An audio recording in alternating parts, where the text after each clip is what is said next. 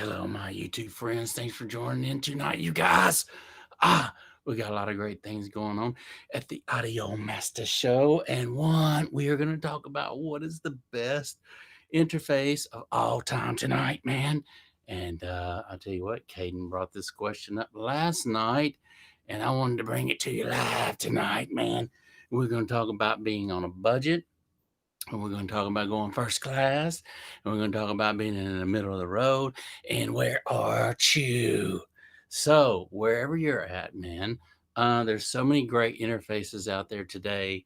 It doesn't matter if you're on a budget or if you're just starting a podcast or if you want to get real and get into the recording studio and do some amazing work, man. You can take it from every level and you're going to actually be able to do some great stuff, whether you're just doing single tracking or doing 64 tracks. So I wanted to bring about my number one, man. It's new, it's a bad boy, and I'm gonna Sylvia Macy actually uses this in her studio, and I wanted to talk about this. It's called the Antelope Galaxy 64. Man, it is a bad boy. She actually used it in her studio and did some tracking for Taylor Hawkins on his little project that he had going on, or a big project, however you want to phrase that. But amazing, amazing. Let me just tell you about this little baby, man. It has 64 channels of analog to digital and digital to analog. As Dante HDX audio interface, Thunderbolt 24-bit at 192, and runs 64 channels of 192 over a single Thunderbolt cable. Isn't that amazing, man? How far we have come along on the audio interface world. Just in that in itself speaks for itself, man. And I want you guys to check out her video. You can go to Sylvia Macy and check out her video. The one that just blew me away is the one that she did with Taylor Hawkins, man. And amazing artist, himself. And so she has all these old vintage microphones, man, that she has in her arsenal, and she uses many, many, many of these microphones and runs everything through her board and Pro Tools and goes in and out of her dangerous audio and into the Antelope Galaxy. It's just amazing video, man. You got to watch this, you guys. Check it out. I think you're going to like the video. And this is my number one. It has to be. I mean, for 9 grand, it better be good, right? It's $9,000. That'll get you into having one of these puppies in your recording studio.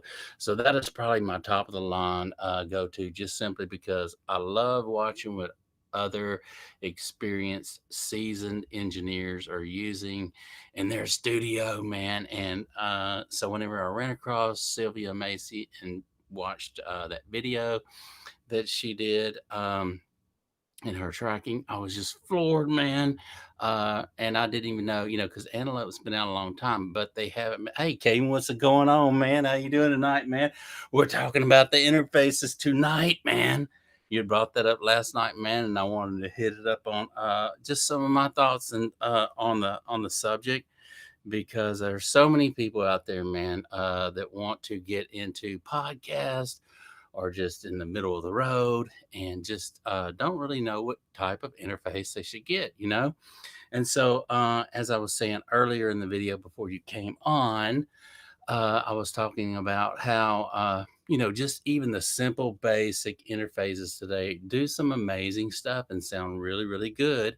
And it'll get you down the road and do the job, man. So, but my favorite of all time is the Antelope Galaxy 64 that Sylvia Macy uses. And that's about 9 grand for that baby, man. So you really got to fork out the dough. But here's the thing, man. Buy one time with no regrets, and that's probably the puppy to get, right? So I mean, that's the top of the line that you can get. There are many, many others out there that I wanted to talk about too. Apogee makes a superior audio interface. You're going to spend some dough for that too, man. You're going to spend $3 grand easy, $3,500 for some good Apogee stuff. And so Apogee RME, that's actually what I started out on, was RME. and a great interface, man. The RME is a great interface, and I actually started out with Nuendo using that interface, and with Nuendo on the front of the box, man. So evidently, Nuendo got RME to make a product, and then they put their name on it for Nuendo, and that was the one that was the very first interface that I was using. But since then, man, they've come out with so many great other interfaces that's a lot cheaper than what I spent on that many years ago. So that's just the progress that we're having in the audio world, man. We just keep advancing and getting technology just keeps getting better and better and better and better, and at a cheaper price, and hopefully they'll come out with a 4K TV that's relatively cheap before long, right? So we can all be watching 4K TV. But every time they first come out with something, it's really high, and then as competition comes along, things get lower and lower in price, and hopefully all of us can afford that good stuff, man. If you're into electronics like me, and many of us are. But I wanted to show you some real cheap ones, man, that'll get you in. Actually, I'm using the PreSonus Studio 1824 back here behind me, and that's what I'm actually doing a lot of my tracking with. And it sounds really good, right? It's just amazing.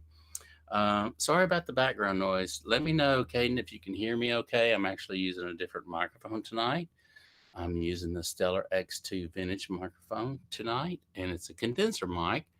So you might hear a little more other things, cars going down the street, other kind of cool stuff, man. So sorry about that, man. But I wanted to use this mic tonight.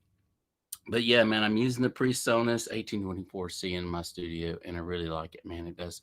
I'm getting some really good results out of it, and I like it.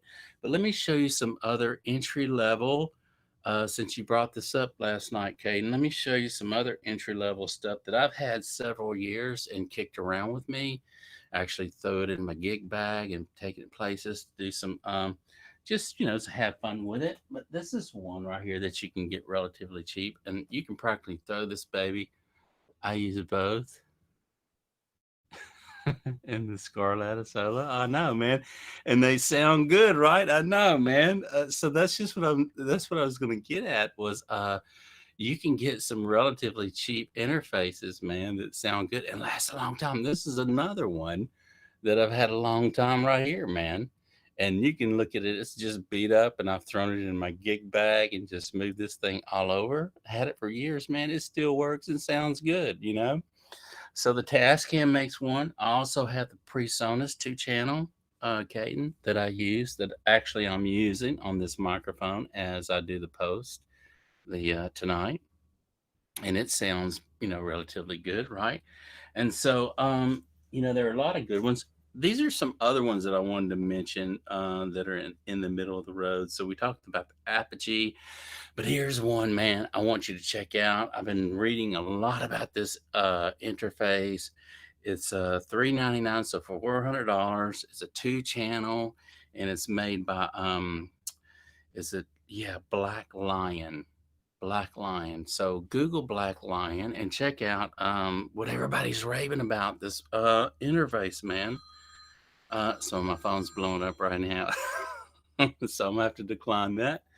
But everybody's raving about this Black Lion interface right now, and how much it sounds like analog. And so for $4 bills, man, that'll get you into a Black Lion interface. So I've been reading a lot of articles on this, and I'm just curious. I might just buy this thing just to see how good everybody's been raving about this Black Lion product, man. So anyway, so for $400, man, check it out, man. I think Sweetwater carries that one. And you can go to their website, Sweetwater, type it in, man, and type in Black Lion interface. And you should be able to see the interface and all the reviews and all the rants about what everybody's saying about that daggum interface, man. But here's the thing, man. The better that they can sound more like analog, and now we're tracking at 192, which is insane, right? I mean, insane. And I want to say I started tracking at 48K. Oh, yes, I might buy one. Yeah, man. Hey, so have you heard anything about that Black Lion interface? I mean, is it just me that just like gets on there and reads tons of reviews or all that good stuff. But if you've heard anything, man, let me know, man, because everybody is just going crazy over that little interface. And whenever I start hearing reviews that are so good by many people and they get 5 stars and stuff like that, without any bad reviews, it's like, okay, man, there's got to be something good about this, and these people are actually doing something good, and I want to be a part of it. I don't want to be, I want to see what it's all about, right? And so that might be one that I might just get just to do some tracking, some simple tracking with. And because these interfaces are just killing it, man, and they're just getting so, they sound, like I say, they sound so good. They add so much warmth and get rid of all that sterileness into the audio and get that fat, full sound that many of us engineers and recording artists want in our sound. And so, whether it's our guitars or whatever, we want it to sound that old, fat, full analog sound that's warm and pleasing and not brittle and kill our ears, right? So, these interfaces that they're actually putting out now is just achieving that. And so, it's really, really nice that we can get that full analog sound without having to go through preamps that have tubes in them, compressors that have tubes in them, and everything else to warm up the signal before it even gets to the interface and then into your DAW. So, that's a cool thing that they're able to do that with these interfaces now. And so, yeah, I've heard it is a good. Yeah, yeah, yeah. So anyway, I'm thinking about getting that, man. I'm thinking about getting the Black Lion and seeing. Let's see what that's all about, man. Let's check that out and see what's going on. So tonight, man, I ran across. I don't want to get too far off, man, because we're talking about interfaces. But tonight, I was digging through my closet and look, I ran across my Telefunken shirt. I was like, okay, man, this is insane. I've got to break my Telefunken out tonight and show you guys this bad boy. And so I've been ranting and raving about doing my vocals on the RE20, the Shure SM7B, or my R44 ribbon mic. And so, I always put all my mics back up into the mic locker when I'm done with them because I want them to be at their best and perform at their best when I pull them out and decide to use them on different tracks. And so I ran across the t-shirt and I said, man, I got to get in my mic locker and dig this one out of the back and show you guys tonight since I'm going to be wearing my shirt. And so, man, I don't want to forget about this one whenever I go to do my tracking. And I really, really haven't made up fully in my mind because I'm so indecisive on microphones because I love them all and they all sound great and really hold their own. But I haven't decided on which one I want to use on my vocal track. So here's what I'm thinking I might do, man. It's hard to capture the same performance twice because every time you perform something, there's going to be some little subtleties in your performance. It's going to be a little bit different, good or bad. It will be different, but subtle. Only you, the artist, a lot of times notices those subtleties, but they will be different. So what I'm thinking about doing is putting this mic up, putting my RE20 up, which is right here. I actually took it down, putting this bad boy up, and my Shure SM7B, and then doing just getting the tracks and actually singing through all three kind of close together. And then I don't know. Here's the thing. If I do it that way, it's going to be difficult to do a live run with it. And so that's only great on overdubs. I don't really know yet, man, because they all sound great, to be honest with you, Caden. And I am having a hard time, my friend, really deciding on which mic I want to use because they're just really beautiful and they all really sound stunning. Now, the microphone that I'm talking through tonight is the Steller X2 vintage microphone. It is an amazing little microphone. It sounds really, really good. I actually beefed up the shock mount bands here and made them red. And can't wait to get my little amplifier in and do some tracking with it.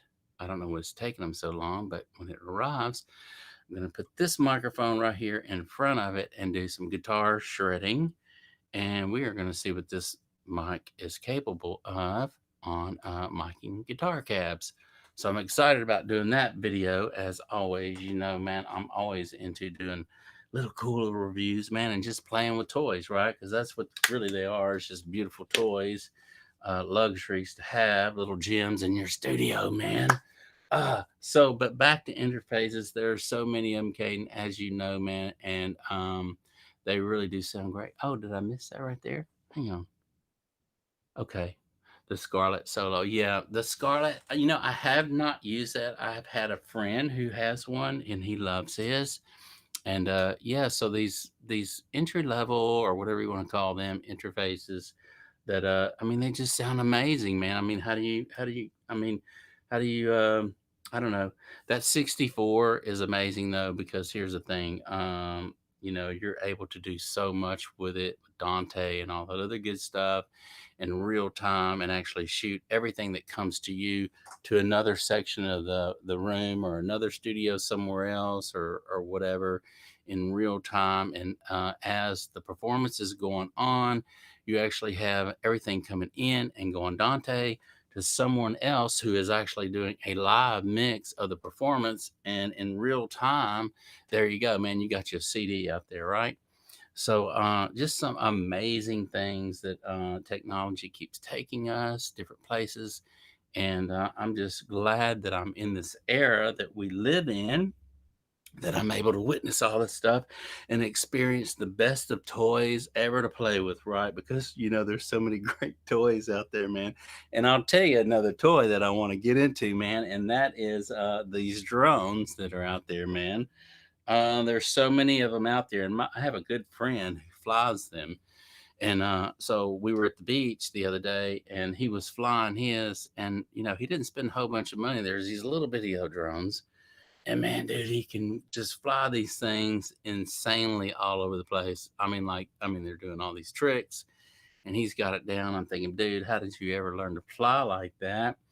But anyway, I want to do some footage, man. I want to do some aerial footage. Sorry about that, man.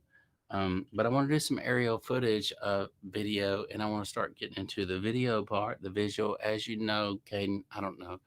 I'm into visuals and audio, been more into the audio side of everything, and now I want to get into the visual side of things and actually just do some fun things and put music or audio together with video and get into that, tap into that world and play with all that cool stuff. Because here we are, man, we're at 4K now with all this stuff and technology, and it's amazing just how far we've come. I was looking at some old TV series, some old reruns the other night, some old footage. And if you look at the cameras that they had back in the day, it really don't even look two-dimensional. I mean, when you're looking at that old film, it just looks like, here you have this, painting, and that's as far as it goes. But when you look at 4K, it looks like, you have one, two, three-dimensional. It looks three-dimensional in depth, and or even four, right? And so it's just really, really cool how the video world has even just blown up and gotten so good, man. God, man, I love this, man. I wish I had another 200 years, or at least to live, so that I could enjoy the audio world and get into all the stuff. Let's see. And there is a video on my channel of me flying it. Let's see. Oh, I have a DJI Mini. Okay. What is a DJI Mini? What is that? Is that a little drone, Caden? Is that a DG, DJI Mini 2? Okay. I'm assuming that's a little drone, and there's a video of you flying it. Okay, cool. Cool, man. Well, I'm gonna have to check that out, man, because I love those little drones, man, and I think they're super, super cool. Now, I was looking at some of them, and man, you can spend some dough-ola on some of them, man. Some of them are like, it seemed like 12, 13, 14, 1500 bucks, if I'm not mistaken. Those big white ones, man, that look like they have four propellers on them, and they look, I don't know how big they are, but they look pretty big. And then I've seen this black one look pretty cool too. It looks stealth like. Yeah, it's a drone. Okay. One of the best drones. Okay, companies. Okay, wow. Okay, I'm gonna have to maybe I can get you to help me out on picking one out, man. Cause I don't know, man. I'm a newbie. I'm a newbie at this, man. So I need help and guidance on as to getting a drone. I do want a drone with a camera on it though, or one that I can put my GoPro in. That I can just use my GoPro, right? So whatever, I don't know. And then I think the newer ones, don't they have them to where you can, it comes with an app and then everything's on your phone. And then so you can see in real time what your drone is seeing. So if you're flying your drone out over the ocean, and I love the beach, and a lot of people seemed like one year I was down there and this dude had one, and he was actually taking his bait, and he was flying out his bait on the ocean and dropping his bait in the water for shark fishing. Incredible fun to fly. I bet, man. Are they hard to fly? Are those drones hard to fly? I mean, I guess I just need, what I probably need to do is just get me a cheap one and then play with it. And if I crash it, if I just, burn it and crash it, it's not a big deal. And then I can, get better at it and then buy me a nice one. Yeah, the drones have the app thing for a long time. Yeah, okay. Okay, yeah. So anyway, that was so cool, man. It seemed like I was watching this guy on the beach, and he had his bait, he had his rod, and then the line was going out. And he had his bait, and he attached his bait to the drone, flew it way out there, man. Dropped his bait, so he didn't have to. No, they're not. Okay, yeah, the drones have had. Okay, okay. Well, anyway, he was using that drone to drop his bait, and it was just insane that he didn't have to take a canoe out, or he didn't have to wade out there, or get on a jet ski. As long as you follow the rules of the FEA and you're good. DJI Mini 2 is a great starter drone. Okay, cool, cool. And that comes with a camera on that one that you have that you're talking about, or are you using a GoPro on that drone? What are you actually using on there? Like I say, I already have a GoPro, so it'd be kind of cool. Lots of beginner tutorials on how to fly. Okay, cool. On YouTube? I'm assuming they're on YouTube. Uh, Either way, I can find it. I can find those tutorials. Here's the thing, man. So many great little cool toys, man, that we can play with, right? And 40 years ago or whatever, man, we didn't have this technology that we got right now. We didn't have high-speed internet or all the cool things, which makes it so cool. For Yeah, 4K cameras at 30 FPS, amazing. Nice. Okay, that's awesome, man. Yeah. So yeah, we didn't have all this technology back then, man. And so like I was saying, I wish I could live another 100 or 200 years, man, so I could really, really, really experience the fun of all this stuff, man. As we get on into as things keep progressing, cameras keep getting better, TVs keep getting better, audio keeps getting sounding better. And then, here's the thing too. Um, 30 years ago, you didn't have a studio in everyone's house, home recording studio. Everyone, you pretty much had to go to a studio, pay for time, pay for engineers, pay for producers, and all that other good stuff. Now you can pretty much make some amazing sounding recordings right here in your home, right? And so, who would have thought that back then, right? Who would have thought that, that we would be where we are in technology?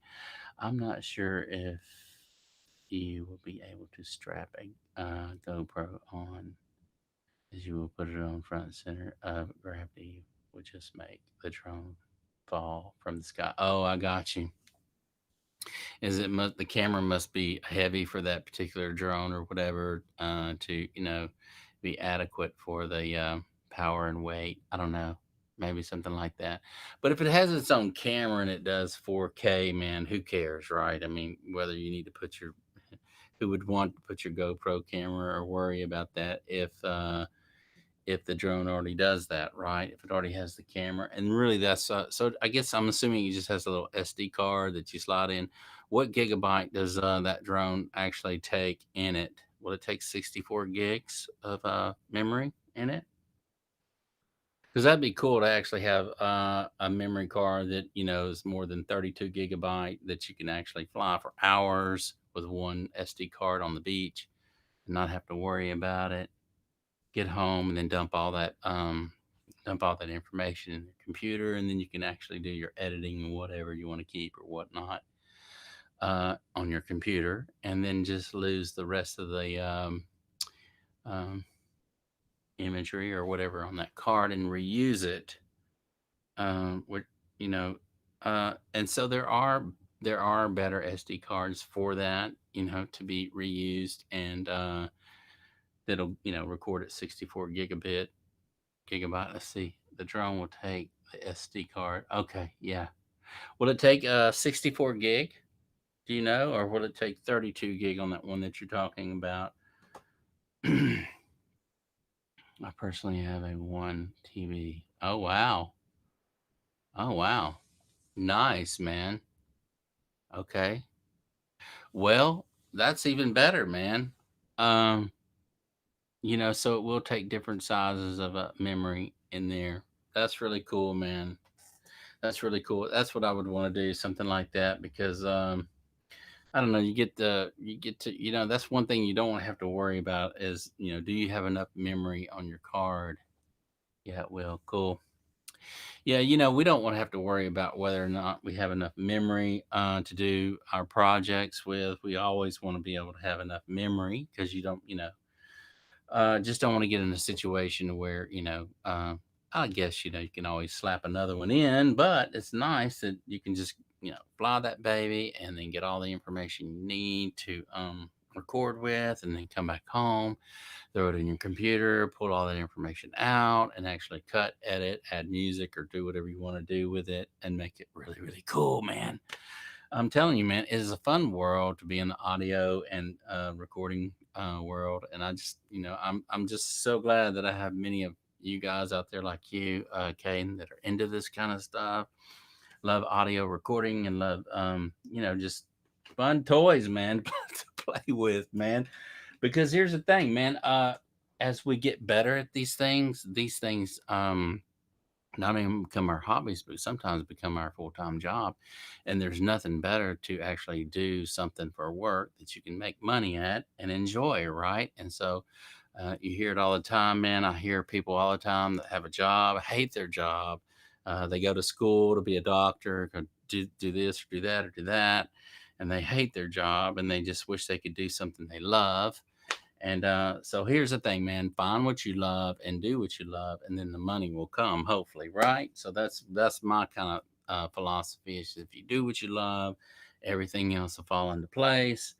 And so yeah, man. So, playing with our little toys and these video games, man, there's people out there making a lot of money and playing video games. So I mean, there's another little thing. I remember there was a time when I used to always hear my brother talking, telling his kids, man, get out. That's all y'all do is play them games. I think it was Halo back then. Halo was real big. Anyway, they played Halo all the time. And he was always like, man, that's all they do is play that Halo game. Well, man, there's people making big money on those Halo games and those video games, right? I don't know what's real popular now, but this is popular in my rack, and this is what I love right here, man. This is what I enjoy doing. Just what? Okay, what do you say? Just watch some drone videos, and you will learn a lot. I will, man. I'm gonna watch some drone videos. And then, like I said, my friend, he's amazing, man. But when he was doing it and flying his, at the time, I wasn't interested as much as I am now. Now I want to get into the visual things, and having a drone and having a camera on your drone, you can do some really, really cool stuff, man. And being that I like spending a lot of time at the beach, I want to do some really cool stuff with my drone at the beach and just, fly it within regulation and do all that stuff. I don't want to break any, get in trouble with anything, man. I just want to have fun with it and be able to do that. But I'll check out some of those videos on YouTube tonight, man, and see if I can find some those tutorials and whatnot. And and get into that and start watching them. Man, I can't wait to. I don't know how much one of those little drones cost. The one that you have. How much did you pay for that thing? If you remember, if you don't mind me asking, because I know some of them, man, are expensive, man. You can really spend some money on them, and I probably just want a little entry level one at first, and then fly it around, goof off with it, and then if I can get pretty decent with it, then get me a little more expensive one. I don't know. I do want to get one that can fly. That does pretty good, does what I want, and be able to fly in the wind too. Because if I'm down there at the beach, typically there's around 5, 12 mile an hour winds all the time. The one I had, oh wow, okay, so around 5 bills. Okay, well that ain't too bad, man. Here's the thing, man. Does it do good in the wind or I don't know? Sorry, 600 with more combo. Okay.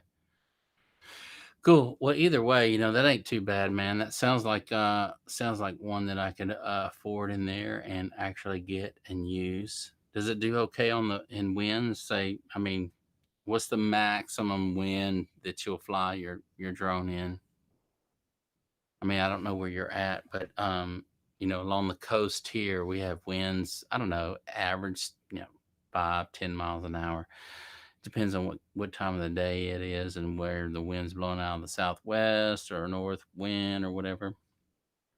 But mm, it does good in wind. Oh, cool, cool. Well, see that might do fine. It will handle 12 mile an hour winds. Okay, yeah, that's something I can get up in the morning and check the wind speed and everything actually before I fly it. 12 mile an hour winds. That's a pretty good little wind. And so anything over than that, I really don't like being outside. Okay. I've done 20. Oh, wow. Wow. It was whipping, man. Oh, in California. Cool. Okay. Okay. Is that where you live at in California, man? The sunny skies. Yeah, man. So, the 20 mile an hour winds, man, that's amazing that one of those little drones can fly in 20 mile an hour winds. I can't imagine. I wouldn't want. Hey, here's the thing, man. I don't think I'd want to learn with 20 mile an hour winds. I would probably wait till I'm an experienced flyer before I flew that thing in that much wind.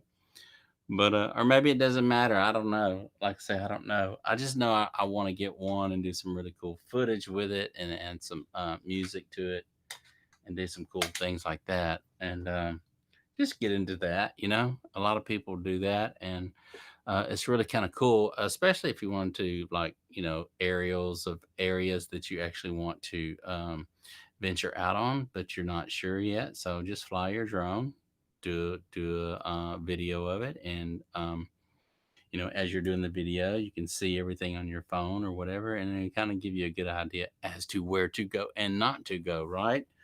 So anyway, that's kind of really cool, and I can't wait. Thank you so much for helping me out with that, Caden. I appreciate that. I am going to check out DJI Air 2's is a bigger drone with optical avoidance, handles wind way better, 5K camera, I believe, and then 4K at 60 frames per second camera. Wow. Wow, man. I bet you they want a good penny for that one. Probably 5K. That's crazy, man. Anything better than 4K? Golly, man. I love it though, man, right? Okay, I'll check that out, man. When I get off tonight, I'll check it out and let you know my outcome and what I found and whatnot. I'm excited about checking it out, and I'm also gonna check out some YouTube videos tonight on tutorials, and I'll check out your channel, man. I'll check out what you did, Caden, and see what you got on your channel, man, and let you know. Um, but yeah, I'm gonna do all that tonight. I'm gonna check it all out tonight. Also, man, I hope you were able to get in. I'm not sure if you came in at the beginning of the show tonight, Caden, but if you get a chance, if you like and share with a friend, you know the whole deal. And check it out, man, because I'm talking about the antelope. And also, if you get a chance, DJI Air 2 is at 1300 with. Oh wow.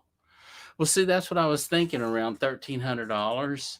13 between 12 and 15. I was thinking $999 just normal package. Okay, well that's not bad, man. A grand, you know. And I wonder if they have a warranty on that little thing, or if there's any kind of warranties on that kind of stuff if you don't crash it or whatever. Let's just say you get it and something isn't operating, the way it should.